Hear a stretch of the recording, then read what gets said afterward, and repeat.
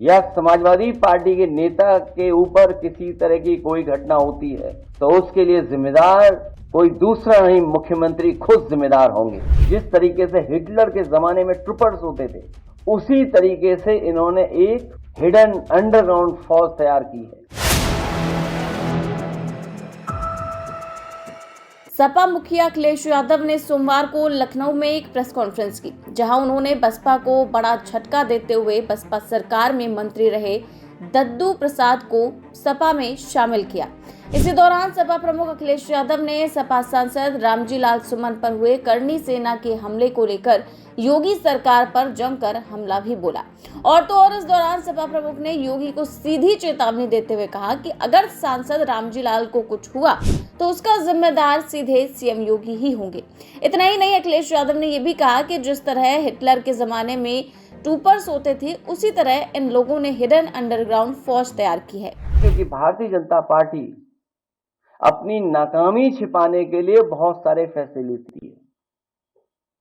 अपनी हर योजना की नाकामी छिपाने के लिए कम्युनल रास्ता अपना रही है, कॉन्स्टिट्यूशन को खत्म कर रही है, लोकतंत्र की परवाह नहीं कर रही है, कानून की परवाह नहीं कर रही है। और एक बात और मैं कहना चाहता हूं कि अगर रामजी या सुमन जी के साथ कोई घटना होती है या समाजवादी पार्टी के नेता के ऊपर किसी तरह की कोई घटना होती है तो उसके लिए जिम्मेदार कोई दूसरा नहीं, मुख्यमंत्री खुद जिम्मेदार होंगे। क्योंकि मुख्यमंत्री खुद उस संगठन पे हाथ रखे हुए हैं। जितने भी लोग उसमें दिखाई दे रहे हैं, हालांकि जाति की बात नहीं करनी चाहिए, जातियों की बातें समाजवादी लोग नहीं करते हैं, लेकिन कहीं ना कहीं जाति कनेक्शन भी उन्हीं का उनसे दिखाई देता है। क्योंकि पकड़े कौन? करने वाला वही, पकड़ने वाला भी वही, रिपोर्ट लिखाने वाले अगर जाएं तो सामने वही दिखते हैं।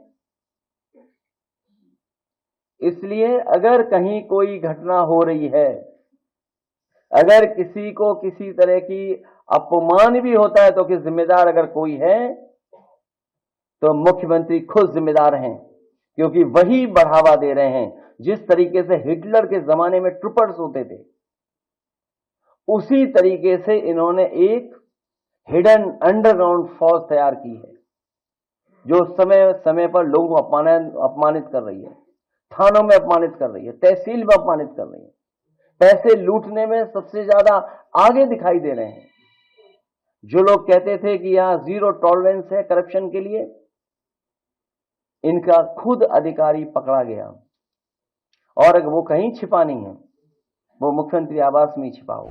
गौरतलब है कि सपा के राज्यसभा सांसद रामजी लाल सुमन के संसद में राणा सांगा को लेकर दिए गए बयान पर भारी बवाल मच गया था। इसके बाद सपा सांसद के घर पर करनी सेना ने हमला बोला था। 1000 से ज्यादा करनी सेना के कार्यकर्ता बुलडोजर लेकर सांसद के आवास पर पहुंच गए थे, जहां कार्यकर्ताओं ने जमकर हंगामा किया था और पथराव भी किया था। करनी सेना ने तोड़फोड़ की थी, जिसके बाद सांसद के घर के अंदर घुसने का प्रयास भी किया। कार्यकर्ता इतने उग्र थे कि उन्होंने पुलिस पर भी पथराव कर दिया था। गाड़ियों में तोड़फोड़ भी की गई। इस मामले को लेकर सपा मुखिया अखिलेश यादव का गुस्सा फूट पड़ा और उन्होंने इसको लेकर योगी सरकार को आड़े हाथ लिया।